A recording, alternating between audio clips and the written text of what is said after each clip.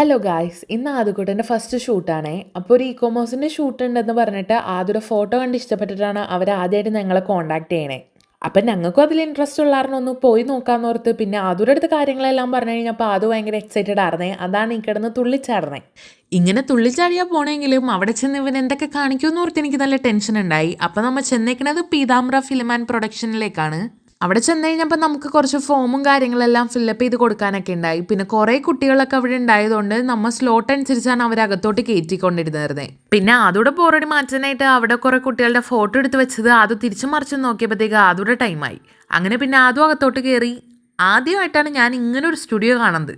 പിന്നെ അതൊക്കെ അവിടുന്ന് ഡ്രസ്സും കാര്യങ്ങളെല്ലാം കൊടുത്ത് അതൊക്കെ ഇട്ട് കഴിഞ്ഞപ്പോഴത്തേക്ക് അതൊക്കെ മേക്കപ്പ് ചെയ്യാനുള്ള ടൈമായി.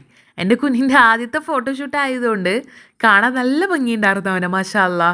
മുടിയൊക്കെ അവരപ്പം തന്നെ സെറ്റ് ചെയ്ത് കൊടുത്തെങ്കിൽ അത് അപ്പം തന്നെ കൊളാക്കി കളഞ്ഞ കാരണം അവർ ഷൂട്ടിൻ്റെ സമയമാകുമ്പോഴത്തേക്കും പിന്നെ സെറ്റ് ചെയ്ത് കൊടുക്കുന്നുണ്ടായി.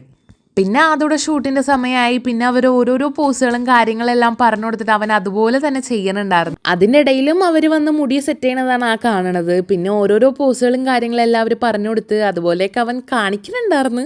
വലിയ കുഴപ്പമൊന്നും ഉണ്ടായില്ല. പിന്നെ ലാസ്റ്റ് അവരൊരു സർട്ടിഫിക്കറ്റ് തന്ന് അത് മേടിച്ച് ഞങ്ങൾ വീട്ടിൽ